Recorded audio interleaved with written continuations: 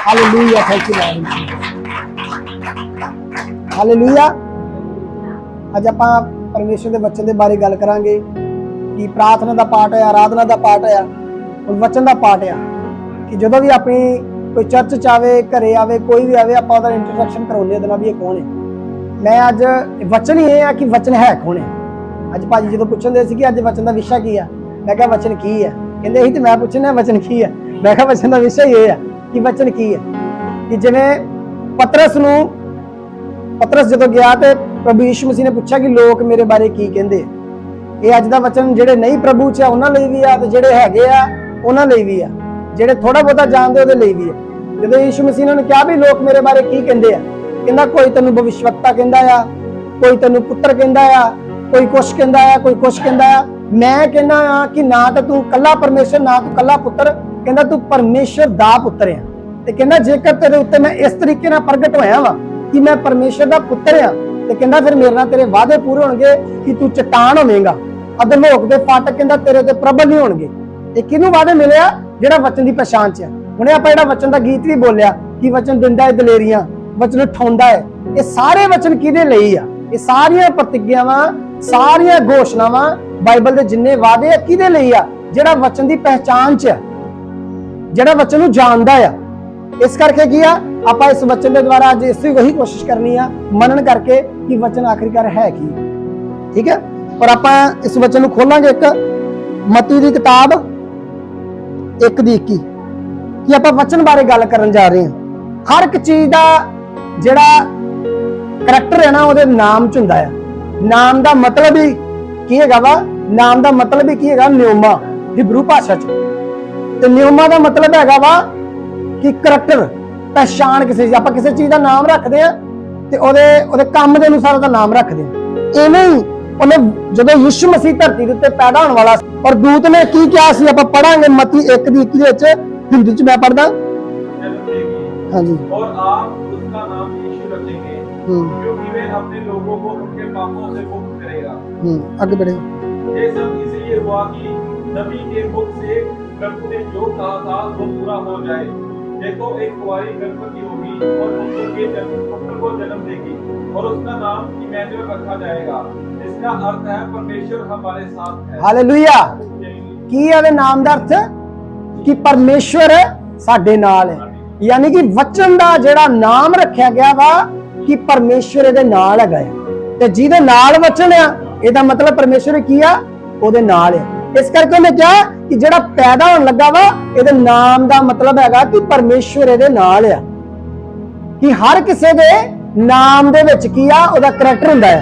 इस करके इस बाइबल दा, इस वचन दा जिहदे ते तुसीं विश्वास करदे जे अज आपां ओहदे बारे खोल के सीखना वा। आपां टीचिंग च भी जावांगे, गहराई दे विच भी जावांगे कि ओहदा नाम की हैगा वा इमैनुअल। इमैनुअल दा मतलब कि परमेश्वर साडे की आ नाल है। हुण आपां वेखांगे परमेश्वर कौन है, वचन कौन है। क्योंकि मैं थोड़े दिन किसी की प्रेयर करने सी, नवां सी, ओहदी मैं प्रेयर करने तो मैं कहा भी हाँ जी तुसीं विश्वास करदे? कहना हाँ मैं करदा वां। यीशु मसीह किहड़ा कोई ओपरा वा, परमेश्वर का बेटा ही आ। तो मैं कहा भी ये लंबा चौड़ा विषय वा कि मैं तेरे नाल बैठ के गल करूंगा, मैं तेन दसूंगा कि कला बेटा नहीं और परमेश्वर का पुत्र है। और इसी चीज के द्वारा वचन मेरे अंदर उत्पन्न होया, रेवलेशन होनी शुरू हुई कि जिहड़ा परमेश्वर है यीशु मसीह उन्हें पुत्र क्यों कहा जाता है, क्यों यीशु मसीह को पुत्र कहा जाता है। कि जब आप यूहन्ना 1:1 पढ़ांगे आदि में वचन था, कहंदा वचन जिहड़ा की आ ये नहीं कि जो 33.5 साल का सी उदों पैदा सी, कहंदा आदि में था। फिर कहंदा वचन परमेश्वर के साथ था। वचन के नाल कौन आ गया? परमेश्वर। का नाम की आ कि परमेश्वर ओदे नाल होगा। कहंदा आदि में वचन था और वचन परमेश्वर के साथ था और वचन भी की परमेश्वर था। क्योंकि जिहदे नाल आपां जिहदी संगति करदे हैं कि वैसे हो जाने हैं। हुण इहदे विच ओहनूं क्यों पुत्र कहा जाता है? हुण आपां इहनूं होर पढ़ांगे, इहनूं वचन की जगह आपां यीशु नाम रखांगे। कहंदा आदि में यीशु था। वचन कौन सी? यीशु मसीह। आपां इहनूं इदां पढ़दे हैं आदि में यीशु था और यीशु परमेश्वर के साथ था और यीशु परमेश्वर था। कि यीशु मसीह कला पुत्र नहीं सी। क्यों ओनू पुत्र कहा जाता सी? हुण आपां इहदे अगे मनन करांगे कि परमेश्वर कौन है, वचन कौन है। मैं सब तो पहला तुहानूं पुत्र की डेफिनेशन देना चाहुंदा है कि क्यों दोवें एक है, दो होने बावजूद भी किवें एक है। कि जिवें आपां कोई भी एप्पल का फ्रूट लईए, कोई भी सब्जी का फ्रूट लईए, ਉਹਦਾ ਬੀਜ ਉਹਦੇ ਅੰਦਰ ਹੁੰਦਾ। ਹੁਣ ਜਿਹੜਾ ਉਹਦੇ ਅੰਦਰ ਬੀਜ ਹੈ, ਕਿਸੇ ਐਪਲ ਦੇ ਅੰਦਰ ਬੀਜ ਆ, ਕਿਸੇ ਸੰਤਰੇ ਦੇ ਅੰਦਰ ਬੀਜ ਆ, ਜਿਹਦੇ ਤੋਂ ਉਹੀ ਚੀਜ਼ ਉੱਗਦੀ ਆ, ਕੀ ਤੁਸੀਂ ਉਹਨੂੰ ਅਲੱਗ ਚੀਜ਼ ਕਹੋਗੇ? ਇਸ ਵਕਤ ਜਿਹੜੀ ਆਪਾਂ ਚੀਜ਼ ਆ, ਮੰਨ ਲਓ ਐਪਲ ਹੀ ਫੜੀ ਕੋਈ, ਐਸ ਤੇ ਐਪਲ ਹੈ ਤੇ ਉਹਦੇ ਵਿਚਲੀ ਚੀਜ਼ ਕੀ ਹੈ? ਬੀਜ ਆ। ਪਰ ਜਦੋਂ ਇਹ ਐਪਲ ਖਾ ਲੈਣਾ, ਬੀਜ ਨੂੰ ਪਾਉਣਾ, ਉਹਨੇ ਵੀ ਕੀ ਬਣ ਜਾਣਾ ਵਾ? ਐਪਲ ਬਣ ਜਾਣਾ। ਤੇ ਦੋਵੇਂ ਕੀ ਹੋਏ? ਇੱਕ ਹੋਏ। ਇਸ ਕਰਕੇ ਕੀ ਆ? ਦੂਜੀ ਗੱਲ, ਉਹਨੂੰ ਪੁੱਤਰ ਕਿਉਂ ਕਿਹਾ ਜਾਂਦਾ ਸੀ? ਪੁੱਤਰ ਕਿਉਂ ਕਿਹਾ ਜਾਂਦਾ ਸੀ? ਕਿਉਂਕਿ ਬਾਈਬਲ ਦੇ ਵਿੱਚ ਲਿਖਿਆ ਪਰਮੇਸ਼ਵਰ ਕੌਣ ਹੈਗਾ? ਆਤਮਾ। ਪਰਮੇਸ਼ਵਰ ਕੌਣ ਹੈ? ਆਤਮਾ। ਪਰਮੇਸ਼ਵਰ ਮੂਰਤੀ ਨਹੀਂ ਆ। ਆਪਾਂ ਇਹੀ ਗੱਲ ਕਰਨੇ ਨਾ ਕਿ ਯਿਸੂ ਮਸੀਹ ਨੂੰ ਕੌਣ ਕੀ ਸਮਝਦਾ ਵਾ। ਸਭ ਤੋਂ ਪਹਿਲੀ ਗੱਲ ਕਿ ਉਹਨੇ ਕਿਹਾ ਪਰਮੇਸ਼ਵਰ ਕੀ ਆ? ਆਤਮਾ ਵਾ। ਪਰਮੇਸ਼ਵਰ ਕੋਈ ਦਰਖਤ ਨਹੀਂ ਆ, ਪਰਮੇਸ਼ਵਰ ਕੋਈ ਸੂਰਜ ਨਹੀਂ ਆ, ਪਰਮੇਸ਼ਵਰ ਕੋਈ ਬੰਦਾ ਨਹੀਂ ਆ। ਉਹਨੇ ਕਿਹਾ ਪਰਮੇਸ਼ਵਰ ਕੀ ਆ? ਆਤਮਾ। ਆਤਮਾ ਕੀ ਹੈ? ਦਿਖਦਾ ਨਹੀਂ। ਫਿਰ ਉਹਨੇ ਕਿਹਾ ਪਰਮੇਸ਼ਵਰ ਕੀ ਆ? ਆਤਮਾ। ਉਹਨੇ ਐਗਜ਼ਾਮਪਲ ਦਿੱਤੀ ਜੋਤੀ ਦੀ, ਨਹੀਂ। ਪਰਮੇਸ਼ਵਰ ਕਹਿੰਦਾ ਆਤਮਾ ਵਾ, ਤੇ ਯਿਸੂ ਮਸੀਹ ਕੌਣ ਆ? ਸ਼ਬਦ। ਪਰਮੇਸ਼ਵਰ ਆਤਮਾ ਵਾ ਤੇ ਯਿਸੂ ਮਸੀਹ ਕੌਣ ਆ? ਸ਼ਬਦ। ਔਰ ਸ਼ਬਦ, ਆਤਮਾ ਨੂੰ ਤੇ ਮਨ ਨੂੰ ਆਪਾਂ ਇੱਕ ਕਹਿ ਸਕਦੇ ਹਾਂ। ਆਤਮਾ ਵੀ ਨਹੀਂ ਦਿਖਦਾ, ਮਨ ਵੀ ਨਹੀਂ ਦਿਖਦਾ। ਹੁਣ ਮੈਂ ਪਰਮੇਸ਼ਵਰ ਦੀ ਜਗ੍ਹਾ ਕੀ ਲਿਖਿਆ ਗਿਆ ਵਾ? ਆਤਮਾ। ਮੈਂ ਆਤਮਾ ਦੀ ਜਗ੍ਹਾ ਮਨ ਐਡ ਕਰਨ ਲੱਗਾ ਤੁਹਾਨੂੰ ਸਮਝਾਉਣ ਵਾਸਤੇ ਕਿ ਜਦੋਂ ਮੈਂ ਮਨ ਦਾ ਨਾਮ ਲਵਾਂ, ਇਹਦਾ ਮਤਲਬ ਪਰਮੇਸ਼ਵਰ ਦੀ ਗੱਲ ਕਰਨੇ ਆ ਕਿ ਪਰਮੇਸ਼ਵਰ ਜਿਹੜਾ ਕੀ ਆ? ਮਨ ਆ।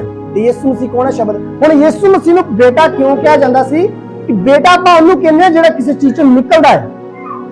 ਇੱਕ ਆਤਮਿਕ ਗੱਲ, ਇਹਨੂੰ ਖੁੱਲੇ ਮਨ ਦੇ ਨਾਲ ਗ੍ਰਹਿਣ ਕਰਨ ਦੀ ਕੋਸ਼ਿਸ਼ ਕਰਿਓ ਕਿ ਆਪਾਂ ਸੋਚਦੇ ਹਾਂ ਕਿ ਜਿਵੇਂ ਧਰਤੀ ਦੇ ਥੱਲੇ ਬੇਟਾ ਵਾ ਤੇ ਫਿਰ ਇਹਦਾ ਪਿਤਾ ਵੀ ਆ ਤੇ ਫਿਰ ਇਹਦੀ ਕੀ ਹੈ? ਵੋਟੀ ਵੀ ਹੋਊਗੀ। ਲੋਕ ਇਹੀ ਸੋਚਦੇ ਆ। ਇਸ ਕਰਕੇ ਉਹਦੇ ਵਿੱਚ ਕੀ ਕਹਿੰਦੇ ਵਾ?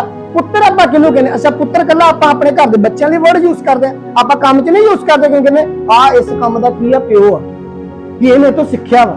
ਇਹ ਇਸ ਕੰਮ ਦਾ ਕੀ ਆ? ਪਿਤਾ ਆ। ਪੁੱਤਰ ਸ਼ਬਦ ਉਦੋਂ ਆਉਂਦਾ ਵਾ ਜਦੋਂ ਕੋਈ ਚੀਜ਼ ਕਿਸੇ ਚੋਂ ਨਿਕਲਦੀ ਹੈ। ਹੁਣ ਮੈਂ ਜਿੰਨੇ ਸ਼ਬਦ ਬੋਲਣੇ ਆ, ਇੱਕ ਚੋਂ ਨਿਕਲਣਦੇ ਆ ਮੇਰੇ ਮਨ ਦੇ ਵਿੱਚੋਂ, ਯਾਨੀ ਕਿ ਮੇਰੀ ਸਪਿਰਿਟ ਦੇ ਵਿੱਚੋਂ। ਇਸ ਕਰਕੇ ਯਿਸੂ ਕੌਣ ਆ? ਸ਼ਬਦ। ਤੇ ਪਰਮੇਸ਼ਰ ਕੌਣ ਆ? ਮਨ। ਤੇ ਸ਼ਬਦ ਕਿੱਥੋਂ ਨਿਕਲਦੇ ਆ? ਮਨ ਦੇ ਵਿੱਚੋਂ। ਹੁਣ ਮੇਰੇ ਮਨ ਦੇ ਵਿੱਚ ਜੋ ਕੁਝ ਆਉਂਦਾ ਵਾ, ਕਿੱਥੋਂ ਨਿਕਲਦਾ? ਮੇਰੇ ਮੂੰਹ ਦੇ ਵਿੱਚੋਂ। ਇਸ ਕਰਕੇ ਯਿਸੂ ਮਸੀਹ ਨੂੰ ਕੀ ਕਿਹਾ ਜਾਂਦਾ ਸੀ? ਬੇਟਾ ਕਿਹਾ ਜਾਂਦਾ ਸੀ। ਔਰ ਜਦੋਂ ਇਹਨੂੰ ਬਾਈਬਲ ਨੂੰ ਕਦੇ ਨਾ ਯਿਸੂ ਮਸੀਹ ਨੇ ਕਿਹਾ ਨਾ ਕਿ ਪਤਰਸ ਤੂੰ ਮੈਨੂੰ ਪਛਾਣ ਲਿਆ ਕਿ ਮੈਂ ਪਰਮੇਸ਼ਰ ਦਾ ਪੁੱਤਰ ਆ, ਲਹੂ ਮਾਸ ਨਹੀਂ ਸਮਝ ਸਕਦਾ। ਉਹਨੇ ਕਿਹਾ ਸਰੀਰਕ ਬੰਦਾ, ਇਨਸਾਨ ਕਦੇ ਵੀ ਨਹੀਂ ਸਮਝ ਸਕਦਾ। ਇਨਸਾਨ ਨੇ ਹੀ ਕਹਿੰਦਾ ਲਹੂ ਮਾਸ ਨਹੀਂ ਸਮਝ ਸਕਦਾ, ਤੂੰ ਸਮਝ ਲਿਆ ਵਾ ਕਿ ਮੈਂ ਪਰਮੇਸ਼ਰ ਦਾ ਪੁੱਤਰ ਆ। ਇਸ ਕਰਕੇ ਕਹਿੰਦਾ ਤੇਰੇ ਨਾਲ ਮੇਰਾ ਵਾਅਦਾ ਵਾ ਕਿ ਤੇਰੇ ਤੇ ਦਲੋਕ ਦੇ ਫੱਟ ਪ੍ਰਬਲ ਹੋਣਗੇ, ਸਵਰਗ ਰਾਜ ਦੀਆਂ ਕੁੰਜੀਆਂ ਮੈਂ ਤੈਨੂੰ ਦਿੰਦਾ ਆ। ਇਹ ਸਾਰੇ ਵਚਨ ਉਦੋਂ ਸਾਡੀ ਜ਼ਿੰਦਗੀ 'ਚ ਪੂਰੇ ਹੁੰਦੇ ਆ ਜਦੋਂ ਹੀ ਉਹਦੀ ਕੀ ਆ?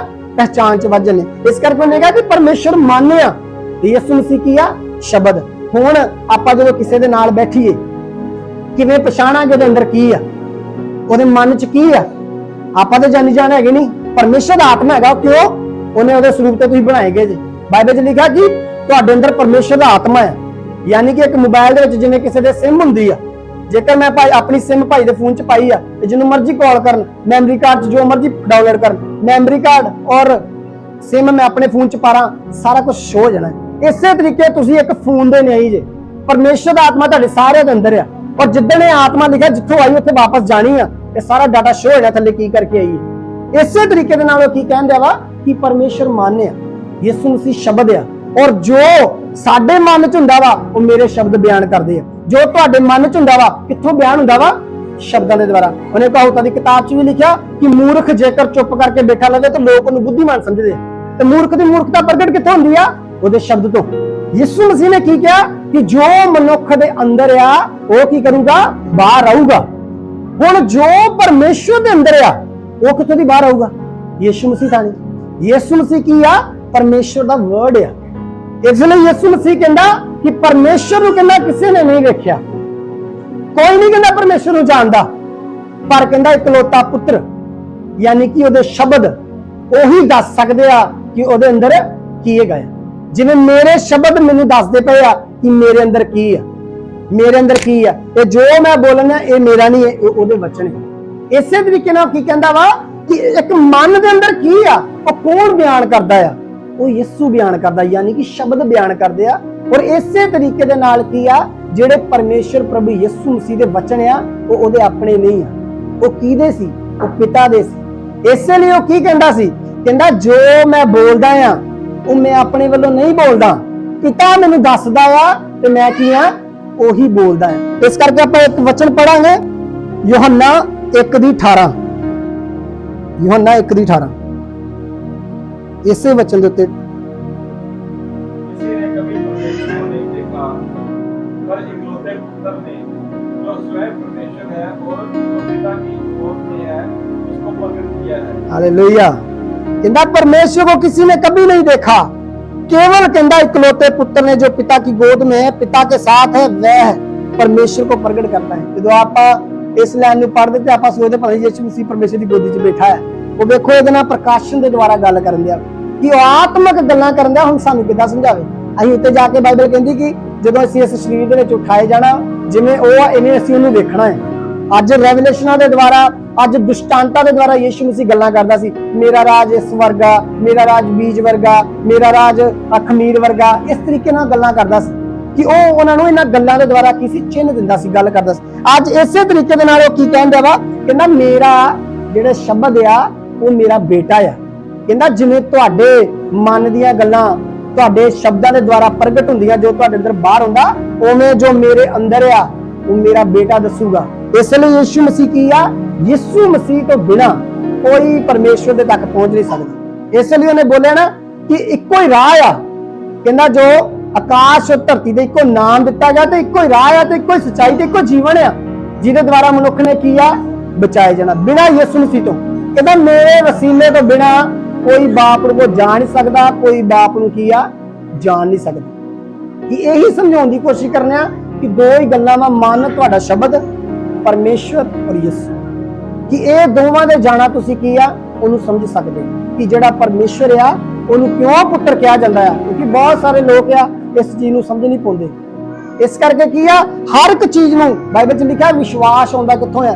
ਇਸੇ ਵਚਨ ਦੇ ਵਿੱਚੋਂ, ਇਸੇ ਕਲਾਮ ਨੂੰ ਮੰਨਣ ਕਰਨ ਦੇ ਦੁਆਰਾ ਕੀ ਆ? ਵਿਸ਼ਵਾਸ ਸਾਡੇ ਅੰਦਰ ਕੀ ਆ? ਪੈਦਾ ਹੁੰਦਾ ਹੈ। ਆਪਾਂ ਇੱਕ ਵਚਨ ਪੜਾਂਗੇ यूहन्ना 14:9। कहता फिलिप्पुस ने उनसे कहा, प्रभु हमें पिता को दिखा, यही हमारे लिए काफी है। यीशु ने उनसे कहा, यीशु के चेले खुद जो यीशु पिता पिता गल्लां करदा सी, ਉਹਦੇ चेले कहते कि एक बारी सानू पिता दा नाम विखा दे। यीशु ने को कहा, कहता फिलिप्पुस में इतने दिन से तुम्हारे साथ हूं। फिलिप्पुस ने कहा, कहता मैं इतने दिन से तुम्हारे साथ हूं, फिर भी क्या तुम मुझे नहीं जानते? जिसने मुझे देखा है उसने पिता को देखा है। कि जिन्हें मेरे शब्दां नू वेख लिया उन्हें मेरे मन नू जान लिया। यीशु कहता जिन्हें मेरे शब्दां नू सुन लिया, जिन्हें मेरे शब्दां नू मान लिया, वो कहता उन्हें मेरे नू नहीं मन्निया, उन्हें पिता नू मन्निया। इसलिए यीशु मसीह कहता सी, कहता जिन्हें मेरा विरोध किया उन्हें मेरे घल्लण वाले दा विरोध किया। ते कहता जिन्हें तुहाडा विरोध किया उन्हें तुहाडा नहीं किया, उन्हें मेरा किया, उन्हें मेरा भी नहीं किया, उन्हें किहदा किया वा? सीधा परमेश्वर। अज जिहड़े आपां मैं वचन बोलने वा, ये परमेश्वर के वचन सी, यीशु ने लिखे ते मैं बोलने। मैं भी एक जरिया बनया, प्रभु यीशु मसीह भी एक जरिया बने। मैं उहदा सहकर्मी हां कि परमेश्वर की आवाज नूं की आ दसने। इस करके उन्हें की क्या वा कि जेड़े फिलिप्पुस ने उसने कहा, प्रभु हमें पिता, फिर को क्या, अगर तुम मुझे पहचानते तो मेरे पिता को भी पहचानते। कहता जेकर तुसी मैनू जानदे, जेकर कहता तुसी मेरे शब्दां नूं जानदे, जेकर तुसी मैनू जानदे ते मेरे पिता नूं भी किया जानदे। और अब उन्हें जानते हो और उन्हें देखा भी है। वचन के द्वारा एक आयत पढ़ांगे, क्या तुम विश्वास नहीं करते कि मैं पिता में हूं और पिता मुझ में है? ये बातें जो मैं तुमसे कहता हूं अपनी ओर से नहीं कहता, परंतु पिता मुझ में रहकर अपने कार्य किया करता है। कहता जो मैं कहना है वो मैं नहीं कहता, मेरा पिता है जिहड़ा मेरे अंदर कहता ते मैं वो किया करदा।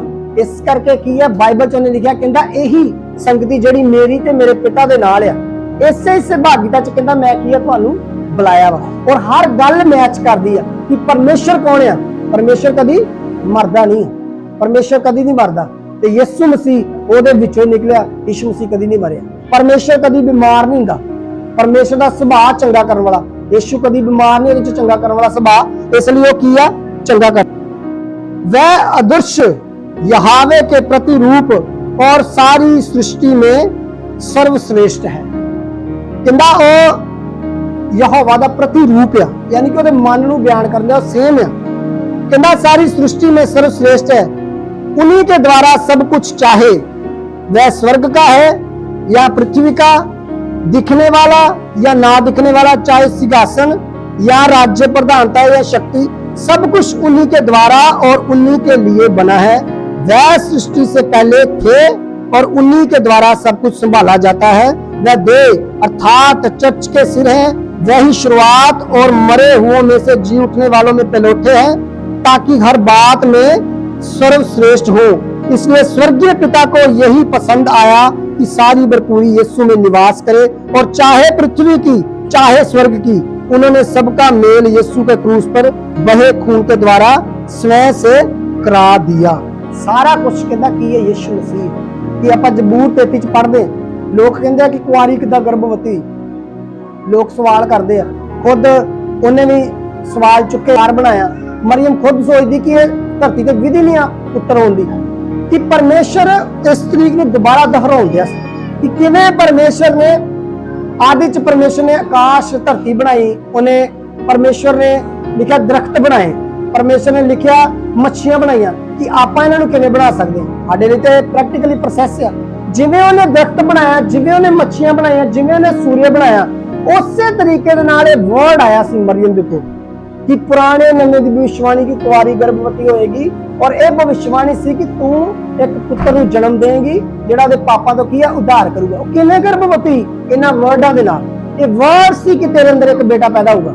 ये वर्ड दे उत्ते की सी? तेरे अंदर बेटा पैदा होगा। उन्हें इस वर्ड दे उत्ते यकीन किया, जिवें पहले वर्ड दे द्वारा सृष्टि, वर्ड नूं खुद खुदा ने वर्ड दे नाल किया पैदा किया। कहंदा सब कुछ ਉਹਦੇ द्वारा किया पैदा होया। और जब वर्ड नूं किवें पूरा किया, जबूर 33:6 किवें परमेश्वर अपने वर्ड नूं पूरा करदा है। जब उन्हें कहा कि किवें होगा, वो कहंदा पवित्र आत्मा दे द्वारा। कि हर चीज जो परमेश्वर पैदा करदा, जबूर 33:6 लिखा कि परमेश्वर बोलदा गया ते आत्मा की है रचना करदा है। यही चीज वो कहंदी सी मरियम कि हुण जो तू बोलना कि एक पुत्र पैदा होगा, धरती ते इदां दी विधि नहीं है कि बिना पति तो होवे, पर यह किद्दां होगा? उस दूत नूं वर्ड दे द्वारा कहंदा कि जिवें आकाश जिवें धरती जिवें लिखा शुरू तो आत्मा मंडरा रहा सी, परमेश्वर ने बोलिया ते आत्मा ने कार्य किया। जबूर 33:6 दे विच यही लिखा कि परमेश्वर बोलदा ते ओदी आत्मा की आ रचना करदी है। इसे तरीके दे नाल इत्थे कह रहा कि सब कुछ उससे द्वारा रचिया गया। इसे लिए यीशु मसीह नूं पुत्र कहा जांदा सी, क्योंकि वो परमेश्वर दा पुत्र सी, क्योंकि वो मन दे विचों निकलिया, इसलिए उन्हें किया पुत्र कहा जांदा सी। इसलिए उन्हें कहा कि जिहड़ा परमेश्वर है, जिवें परमेश्वर शुरू तो आत्मा सी, कित्थे मंडरा रहा सी? पानियां दे उत्ते। ते यीशु मसीह दे उत्ते जदों आत्मा आया ते वो की करन दिया सी? पानियां दे उत्ते की आ चलन दिया सी। इसलिए यीशु मसीह ने की कहा, पिता और मैं एक हैं, दो होने के बावजूद भी एक है। जिवें मेरा मन ते मेरे शब्द दो आ, पर होने के बावजूद भी एक गल करन दे, जो अंदर आ वही मुंह च बोलन दे। इसलिए परमेश्वर की कहंदा वा कि पिता और पुत्र कहंदा एक दूजे दे विच। जिवें हुण मेरे शब्दां दे विच मन प्रगट होंदे आ, और मेरे मन दे विच की है? शब्द। गहरा वचन है। इस करके की आ कहंदा मेरे शब्दां दे विच मेरा मन आ। मेरे शब्दां तो तुहानूं पता लगन दा मेरे मन दे विच की। आपां कहने ना किसी नाल बैठ खलो के पता लगदा इहदे अंदर की है। इसे तरीके साडे मन, मेरे मन दे विच शब्द है और मेरे शब्दां च मन है। इसे तरीके नाल परमेश्वर कहंदा ही, यीशु कहंदा ही परमेश्वर मन मेरे अंदर है ते कहंदा मैं मन दे अंदर है। इस तरीके नाल की सी रेवलेशन दिंदा सी। हुण आपां इस वर्ड नूं इंट्रोडक्शन कर ली है कि वर्ड की है जिन्हों अज सुनन आए हैं।